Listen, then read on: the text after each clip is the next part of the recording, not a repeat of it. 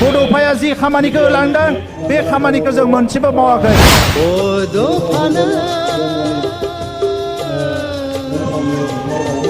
बड'फाया जि खामानिखौ लांदों बे खामानिखौ जों मोनसेबो मावाखै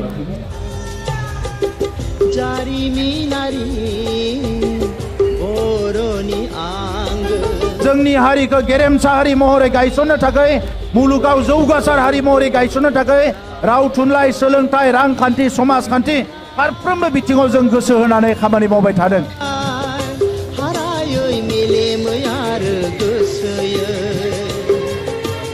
दा नंखायनो थांनाय समाव रायजो राजानि अननाया जेरैमोन आरो दायो रायजो राजानि अननायखौ नांगोन आरो इयुनावबो खामानि मावनो थाखाय जाहाथे बड'लेण्ड ओनसोलनि गासैबो बिथिंखौ जौगाहोनो हायो बेवहाय नोंथांमोननि मददखौ नांगोन दानि सरकाराव थानाय सासेबो दैदेनगिरिफ्रा हारिनि एगेन्स्ट खामानि मावग्रा नङा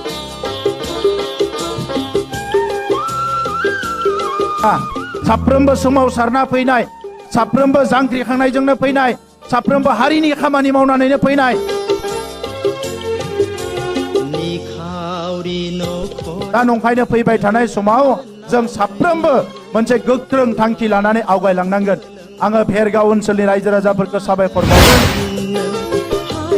আমি সকলোৱে জানো বড়োলেণ্ড যি কাউন্সিল এইটো এটা সংগ্ৰামৰ দ্বাৰা গঠন হোৱা এটা কাউন্সিল এই কাউন্সিলখন 2003 চনত বিটিএডি নামেৰে গঠন কৰা হৈছিল কিন্তু ইয়াৰ আগত 1993 চনত ইএসটি বুলি এখন কাউন্সিল গঠন কৰা হৈছিল ইএসটিৰ পিছত বিটিসি আৰু বিটিসিৰ পিছত 2020 চনত বিটিআৰ গঠন হৈছিল এই দীঘলীয়া এটা সংগ্ৰাম দীঘলীয়া এটা ত্যাগ দীঘলীয়া এটা মানুহৰ অপেক্ষাৰ পিছত আমাৰ এই তিনিটা চুক্তিৰ পিছত বড়োলেণ্ড অঞ্চলৰ ৰাইজে এটা ৰাজনৈতিক অধিকাৰ পাবলৈ সক্ষম হৈছিল ভাৰতৰ সংবিধানে ভাৰতৰ চাৰিসীমাৰ প্ৰত্যেকটো অঞ্চলত বসবাস কৰা সকলো জনগোষ্ঠীৰ ৰাইজক সাংবিধানিক অধিকাৰ প্ৰদান কৰিছে আমিও সেই সাংবিধানিক অধিকাৰ পাইছো অসমৰ ভিতৰত থকা সকলো জাতি জনগোষ্ঠীকে অসম চৰকাৰে উন্নয়ন আৰু বিভিন্ন কাম কাজেৰে এই অঞ্চলটো আৰু ইয়াত বসবাস কৰি থকা জাতি জনগোষ্ঠীক উন্নয়নৰ কাম কৰি আছে কিন্তু ইয়াৰ পিছতো ভাৰতবৰ্ষৰ বিভিন্ন প্ৰান্তত যেনেকৈ বিভিন্ন জাতি জনগোষ্ঠীয়ে বঞ্চিত লাঞ্ছিত অনুভৱ কৰে ঠিক তেনেধৰণৰ বিটিআৰ অঞ্চলত বসবাস কৰা বড়োৰ লগতে বিভিন্ন জনগোষ্ঠীয়ে ভাৰত চৰকাৰৰ আঁচনি অসম চৰকাৰৰ আঁচনিবিলাক সময়মতে আহি নাপায় বুলি এটা দীঘলীয়া সংগ্ৰাম কৰিছিলে এই সংগ্ৰামটো আগ ধৰিছিলে বড়োসকলে কিন্তু বিভিন্ন জাতি জনগোষ্ঠীয়ে এই সংগ্ৰামটো সমৰ্থন জনাইছিলে আমি জানো এই 30-40 বছৰৰ সংগ্ৰামত আমাৰ বহু মূল্যৱান মানৱ সম্পদ হেৰাই গ'ল আমাৰ দাদা ভাইসকল শ্বহীদ হৈ গ'ল আমাৰ বাইদেউ ভনীসকল শ্বহীদ হৈ গ'ল এই শ্বহীদৰ বিনিময়ত এই তেজৰ বিনিময়ত এই দীঘলীয়া এটা ত্যাগৰ বিনিময়ত আজি আমাৰ কাউন্সিলটো আমি পাবলৈ সক্ষম হৈছো এই কাউন্সিলত যোৱা সময়ছোৱাত বিভিন্ন দলৰ মানুহে এই কাউন্সিলখন চলাই গ'ল আগতে বিএসসি চলালে আমাৰ কিছুমান নেতৃত্বই ইয়াৰ পিছত বিটিসিত 17 বছৰ এটা বিশেষ ৰাজনীতি দলে নেতৃত্ব দিলে এই সময়ত মানুহৰ আশা আকাংক্ষা মানুহৰ সমস্যা মানুহৰ আগৰ পৰাই যেটো চিন্তা কৰি আছিল যে বড়োলেণ্ড অঞ্চলৰ ৰাইজেও ভাৰতবৰ্ষৰ বিভিন্ন অঞ্চলৰ নিচিনা অসমৰ বিভিন্ন জিলাৰ নিচিনা সমানে সমানে উন্নয়ন হ'ব বিচাৰে আগবাঢ়ি যাব বিচাৰে এই কথাখিনি নিজৰ মুখতে নিজৰ বুকুতে ৰাখিব লগা হৈছিল ইয়াৰ পিছত যেতিয়া 2020 চনত আমাৰ চুক্তি হ'ল এই চুক্তি হোৱাৰ পিছত এটা নিৰ্বাচন হ'ল চনৰ সময়ত দীঘলীয়া সময়ৰ যি মানুহৰ আশা আকাংক্ষা এইটো পূৰণ কৰাৰ কাৰণে সকলোৰে নিৰাপত্তা নিশ্চিত কৰাৰ কাৰণে বিটিআৰ অঞ্চলত শান্তি ঘূৰাই আনাৰ কাৰণে বিভিন্ন কথা লৈ পেলাই এটা পৰিৱৰ্তনৰ চিন্তাৰে বিটিআৰ অঞ্চলৰ ৰাইজে ভোটদান কৰিলে। আজি আমি এই মঞ্চৰ পৰা আমাৰ চৰকাৰৰ ৪ৰ্থ বছৰ সম্পূৰ্ণ হোৱাৰ লগে লগে আমাৰ ভাৰতৰ প্ৰধানমন্ত্ৰী নৰেন্দ্ৰ মোদী ডাঙৰীয়াক ধন্যবাদ জনাব লাগিব। প্ৰধানমন্ত্ৰী নৰেন্দ্ৰ মোদী ডাঙৰীয়াৰ সবকে সাথ সবকে বিকাশ যি এটা মন্ত্ৰ তেখেতে লৈ পেলাই ভাৰতবৰ্ষখন নেতৃত্ব দিছে, এই সবকে সাথ সবকে বিকাশৰ কাৰণে বিটিআৰ অঞ্চলত শান্তি প্ৰদান কৰিবলৈ তেখেতে সক্ষম হৈছে। ভাৰতৰ আমাৰ সকলোৰে মৰমৰ আৰু শ্ৰদ্ধাৰ গৃহমন্ত্ৰী অমিত শ্বাহ ডাঙৰীয়াৰ এটা দূৰদৰ্শী আৰু বলিষ্ঠ পদক্ষেপত তেখেতৰ উপস্থিতিত বিটিআৰ চুক্তি স্বাক্ষৰ হৈছিলে। আজি অমিত শ্বাহ ডাঙৰীয়াক ধন্যবাদ জনাব লাগিব। আজিৰ অসমৰ মুখ্যমন্ত্ৰী তাহানিৰ অসমৰ cabinet minister doctor Himanta Biswa Sarma ডাঙৰীয়াৰ দিনে নিশা কষ্ট কৰি বিভিন্ন প্ৰচেষ্টাৰে তেখেতৰ দীঘলীয়া ৰাজনীতি উপলব্ধি আৰু অসমৰ জনগাঁথনি আৰু সমাজৰ ওপৰত তেখেতৰ যি ভাল এটা আণ্ডাৰষ্টেণ্ডিং আছে, এই কাৰণে বড়ো সমস্যা সমাধান কৰাত তেখেতে বহুত আগভাগ ল'লে। মই তেখেতক আজি এই হাজাৰ হাজাৰ সংখ্যক আমাৰ জনগণৰ লগত আমাৰ বিটিআৰ চৰকাৰৰ আৰু আমাৰ সকলো সতীৰ্থৰ লগত একেলগে মই মুখ্যমন্ত্ৰী ডক্টৰ হিমন্ত বিশ্ব শৰ্মা ডাঙৰীয়াক ধন্যবাদ জনাইছো। আজি অসমখন ভাৰতৰ ভিতৰত এখন শ্ৰেষ্ঠ ৰাজ্য হিচাপে গঢ় দিব বিচাৰিছে। ভাৰতৰ প্ৰধানমন্ত্ৰী ডাঙৰীয়াই ভাৰতবৰ্ষখন বিশ্বগুৰু হিচাপে প্ৰতিষ্ঠা কৰিব বিচাৰিছে। ভাৰতখন এখন বিকশিত দেশ হিচাপে গঢ়িবলৈ বিচাৰিছে। শ্ৰদ্ধা ৰাইজ, ইয়াৰ কাৰণে আমি কিছুমান কাম কৰিব লাগিব। এই কাৰণে UPPL বিজেপি চৰকাৰ গঠন কৰাৰ লগে লগে 2020 চনৰ পৰিৱেশ এই সময়ত এটা অনিশ্চয়তা আছিলে। আজি 4 বছৰৰ এটা নিশ্চয়তা আহিছে বড়োলেণ্ডত। এই সময়ৰ অশান্তি হিংসা আজি শান্তিলৈ ৰূপান্তৰ হৈছে। এই সময়ত মানুহৰ মাজত একতা নাছিলে। বড়ো অনাবড়ো বিভিন্ন জাতি জনগোষ্ঠীৰ মাজত সঘনে হোৱা সংঘাতৰ পিছত আমাৰ দাদা ভাইৰ মাজত মিলা প্ৰীতি নাইকিয়া হৈছিলে আৰু আজি আমি পুনৰ ইণ্টিগ্ৰিটি ঐক্যতা আমি গঠন কৰিবলৈ পাৰিছো। এই সময়ত আমি কোনো অৰ্গেনাইজ নাছিলো। কোনে কি চিন্তা কৰিছে, কোনে কি কাম কৰিছে, কোনে কি সংগ্ৰাম কৰিছে, বহুত নিজৰ নিজৰ কামবিলাক নিজৰ নিজৰ মনেৰে কৰিছিলে। কিন্তু আজি আমি এটা সংগঠিত বিটিআৰ পাবলৈ সক্ষম হৈছে। এই অৰ্গেনাইজ বিটিআৰ আজি আমাৰ হাতত আছে। এই সময়ত মানুহে আশা আকাংক্ষা সব এৰি দিছিলে, কাৰণ বিটিআৰত এই সময়ৰ BTCত বা BTADত সদায় হত্যা হিংসা বিভিন্ন পৰিৱেশ আছিলে। সেইকাৰণে মানুহে আশা কৰাটো বাদ দিছিলে আৰু ভাবিছিলে BTC অঞ্চলত কেতিয়াও শান্তি ঘূৰি নাহিব। কিন্তু আজি বাস্তৱত কি দেখিবলৈ পালে, এই সময়ত নিৰাশাৰ পৰা আজি সবে আশা মনলৈ আহিছে। পুনৰ মানুহৰ আশা আকাংক্ষা সজীৱিত হৈছে। সকলো মানুহে আজি সপোন দেখিবলৈ আৰম্ভ কৰিছে। এইটো হ'ল বিটিআৰৰ পৰিৱৰ্তন। এই সময়ত নিৰাপত্তাহীনতা আজি 100% নিৰাপত্তা সবে পাবলৈ সক্ষম হৈছে। এইটোৱে হ'ল ট্ৰেন্সফৰমেশ্যন, এইটোৱে হ'ল পৰিৱৰ্তন। আৰু আজিৰ পৰা 4 বছৰ আগত আমাক পৰিৱৰ্তন লাগে বুলি আমি চৰকাৰ গঠন কৰিছিলো। আৰু বিটিআৰ অঞ্চলত জন্ম পোৱা, বিটিআৰ অঞ্চলত ডাঙৰ দীঘল হোৱা, বিটিআৰ অঞ্চলৰ স্কুল কলেজত পঢ়া আমাৰ যি বিটিআৰত আজি আমাৰ EM MCLA MLA MP মন্ত্ৰী যি আছে, এই টিম লগ লাগি অসমৰ মুখ্যমন্ত্ৰী ডাঙৰীয়াৰ যি গাইডেন্সত আজি বিটিআৰ অঞ্চলত সম্পূৰ্ণ পৰিৱৰ্তন আনিবলৈ আমি সক্ষম হৈছো। আজি এইটো ৰাইজে দেখিবলৈ পাইছে। সেই সময়ত কোনো ভাবা নাছিলে ৰাতি 12টা বজাত চাইকেল লৈ বড়োলেণ্ডত আকৌ পুনৰ ঘূৰিব পাৰিম। সেই সময়ত কোনো ভাবা নাছিলে ৰাতি 12টা বজাত মটৰ চাইকেল লৈ অকলে ঘূৰিব পাৰিম। নিজৰ মনৰ কথাবিলাক মুক্ত মনেৰে ক'বলৈ পাৰিম।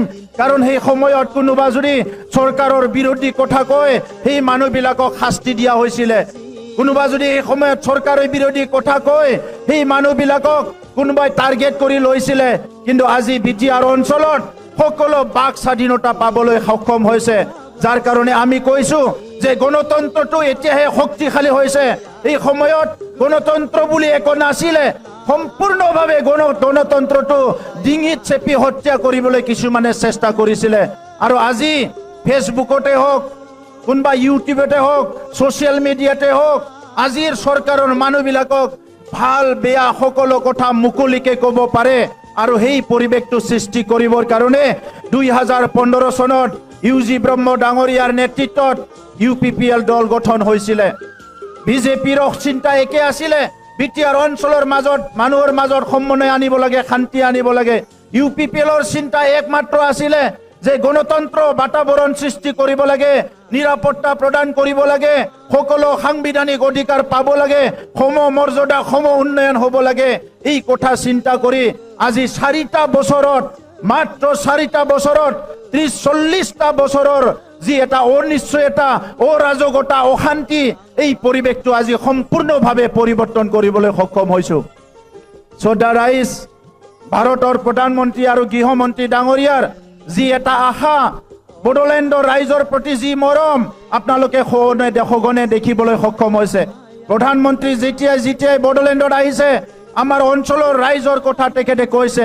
কিন্তু অকল বড়োলেণ্ডত আহিয়ে নহয়, গৃহমন্ত্ৰী ডাঙৰীয়াই বড়োলেণ্ডত আহি আমাৰ ৰাইজৰ কথা, বিভিন্ন সমস্যাবিলাক তেখেতে কৈছে।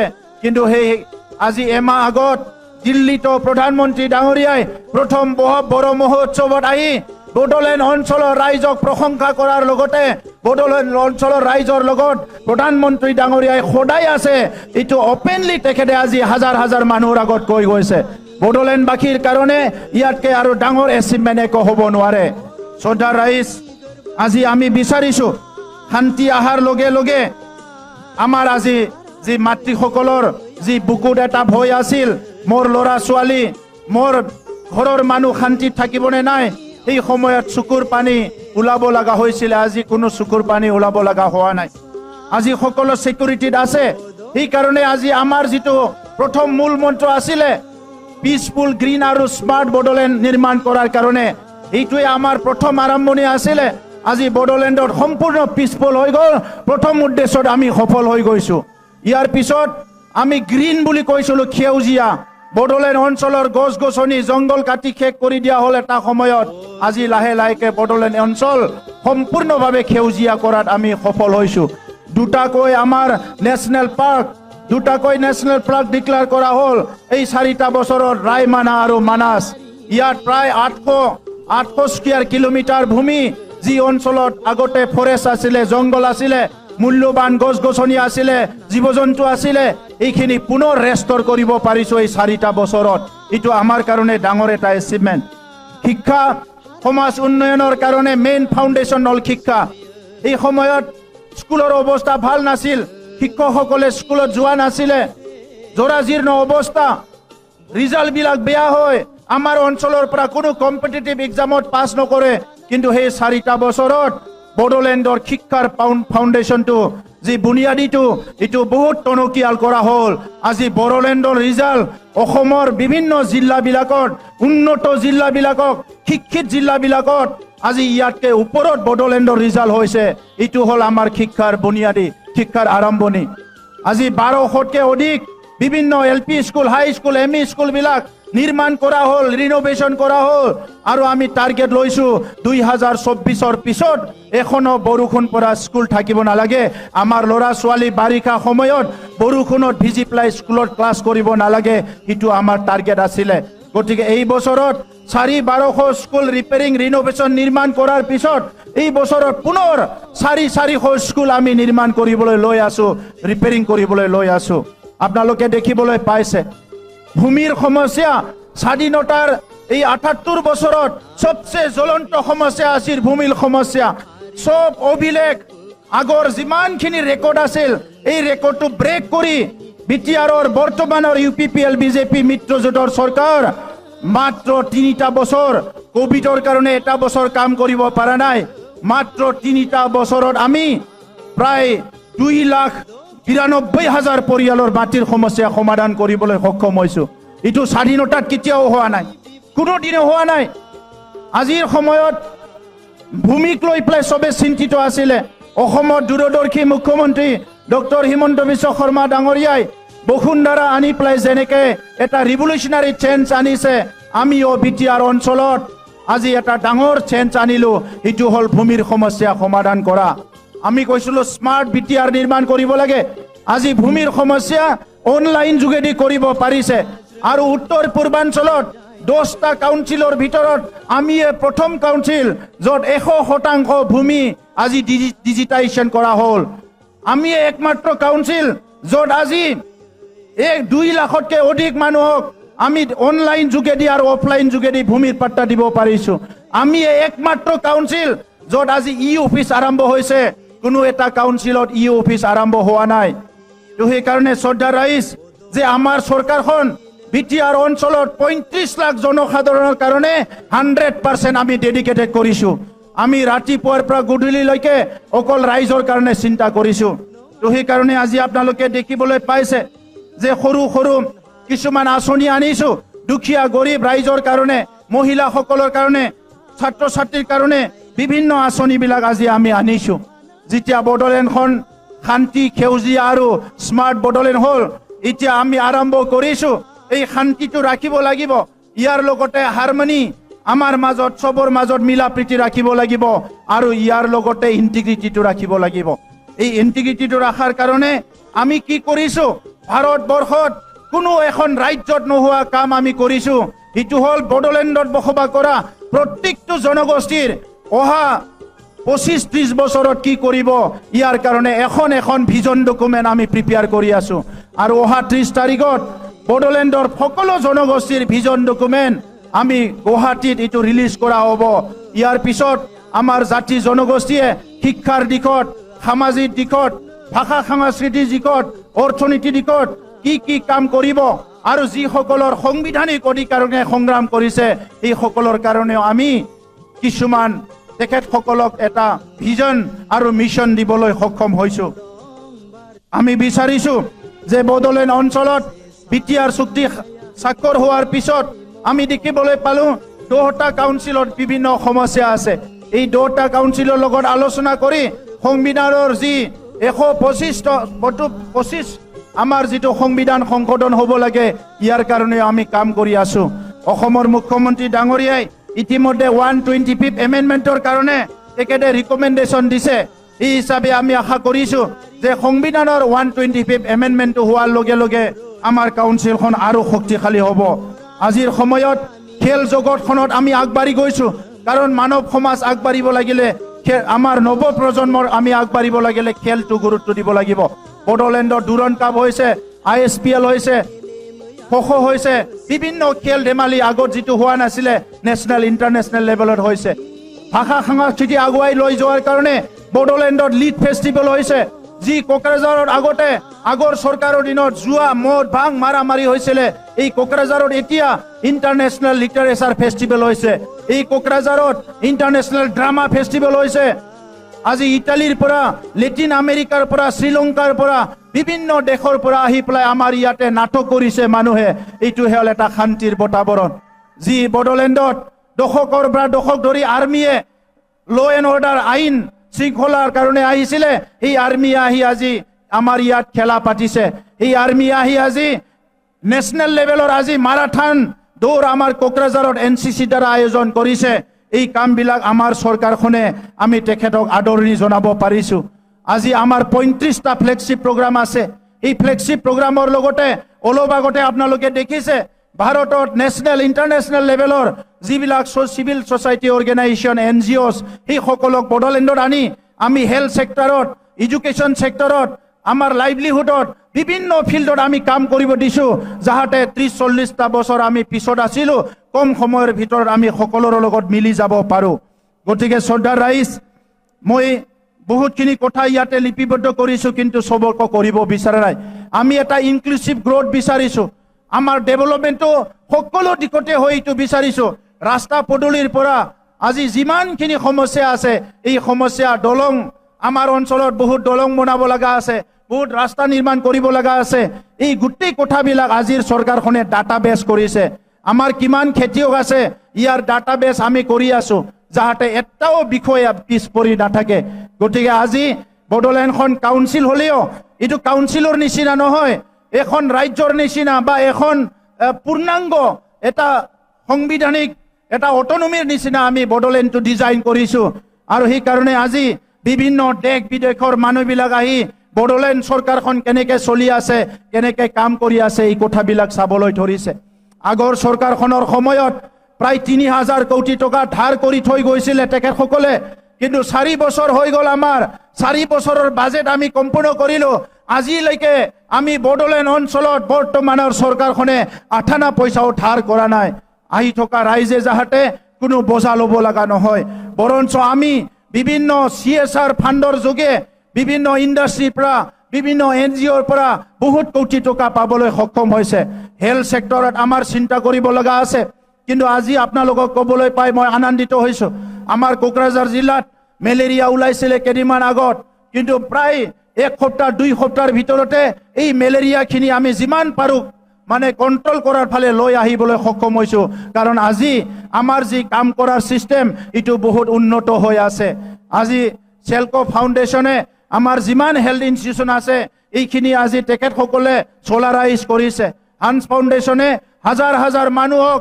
মোবাইল ইউনিট মেডিকেল ইউনিট লৈ যায় চিকিৎসা কৰি আছে আমাৰ হেলথ ডিপাৰ্টমেণ্টৰ লগতে আমাৰ অঞ্চলতো আজি ডায়ালাইসিস ইউনিট আহিছে বিভিন্ন অপাৰেশ্যন কৰিব পৰা সুবিধাবিলাক আমাৰ অঞ্চলতো আহি আছে তো এইকাৰণে শ্ৰদ্ধা ৰাইজ মই দীঘলীয়া কথা ক'ব বিচৰা নাই যোৱা 4টা বছৰত আপোনালোকে সহায় সহযোগ কৰিলে আমি হিতুকে বিচাৰো আহি থকা প্ৰজন্মই কোনো যাহাতে আৰু বন্দুক ল'ব লগা নহয় আহি থকা সময়ত কোনোৰ মা ভনী যাহাতে আকৌ কান্দিব লগা নহয় আহি থকা সময়ত আমাৰ যাহাতে দৰিদ্ৰ মানুহৰ সংখ্যা কমি যায় আৰু সকলো যুৱ যুৱতীয়ে সংস্থাপন পায় আৰু আগবাঢ়ি যাব পাৰে এই কথাটো লক্ষ্য ৰাখি অনাগত দিনত আমাৰ ৰাজনীতিক দিক নিৰ্ধাৰণ কৰিব লাগিব গতিকে মই সকলোকে ধন্যবাদ জনাইছো আজি আপোনালোকে আহিছে আমাৰ যি কাম কৰাৰ কাৰ্যপ্ৰণালী ইটো ইতিমধ্যে আমি সিদ্ধান্ত কৰিছো 2024 ডিসেম্বৰত সকলো জনগোষ্ঠীৰ কাৰণে এটা আমি দিক নিৰ্ধাৰণ কৰি দিবলৈ গৈ আছো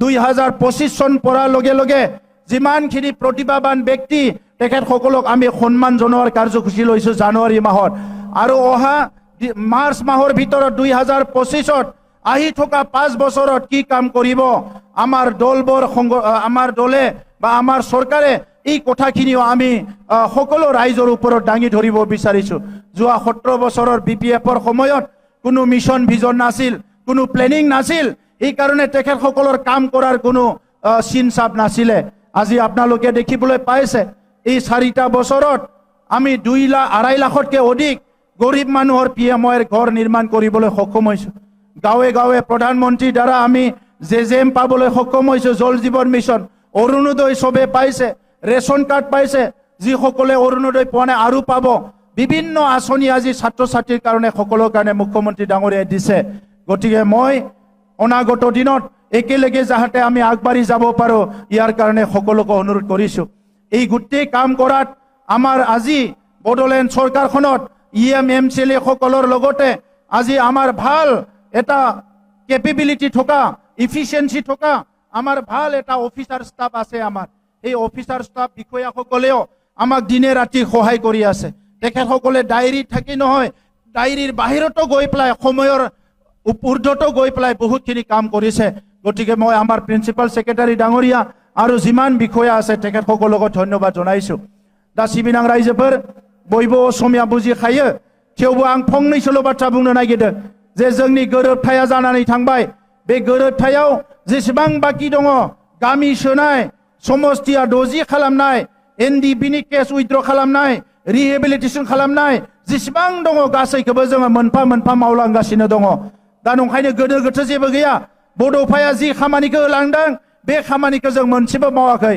जोंनि हारिखौ गेरेमसा हारि महरै गायसननो थाखाय मुलुगाव जौगासार हारि महरै गायसननो थाखाय राव थुनलाइ सोलोंथाइ रांखान्थि समाजखान्थि फारफ्रोमबो बिथिङाव जों गोसो होनानै खामानि मावबाय थादों दा नंखायनो थांनाय समाव रायजो राजानि अननाया जेरैमोन आरो दायो रायजो राजानि अननायखौ नांगोन आरो इयुनावबो खामानि मावनो थाखाय जाहाथे बड'लेण्ड ओनसोलनि गासैबो बिथिंखौ जौगाहोनो हायो बेवहाय नोंथांमोननि मददखौ नांगोन दानि सरकाराव थानाय सासेबो दैदेनगिरिफ्रा हारिनि एगेन्स्ट खामानि मावग्रा नङा साफ्रोमबो सोमावसारना फैनाय साफ्रोमबो जांख्रिखांनायजोंनो फैनाय साफ्रोमबो हारिनि खामानि मावनानैनो फैनाय दा नंखायनो फैबाय थानाय समाव जों साफ्रोमबो मोनसे गोख्रों थांखि लानानै आवगायलांनांगोन आङो भेरगाव ओनसोलनि रायजो राजाफोरखौ साबायखर बावदों दिनैनि हाबाफारिखौ जाफुंसार होनायनि थाखाय মই সকলোলৈ ধন্যবাদ জনাইছো আৰু অনাগত দিনত আমি যাতে একেলগে আগবাঢ়ি যাব পাৰো আৰু এই চৰকাৰখনৰ আৰু এটা বছৰ আছে আৰু যিখিনি আমি মিছন আৰু ভিজন লৈছো এইখিনি যাতে সফলভাৱে কাম কৰিব পাৰো ইয়াৰ কাৰণে ঈশ্বৰৰ ওচৰত প্ৰাৰ্থনা কৰি আপোনালোকৰ সকলোৰে মংগলৰ কাৰণে মই ঈশ্বৰৰ ওচৰত প্ৰাৰ্থনা কৰি মোৰ বক্তব্য সামৰিছো। ধন্যবাদ।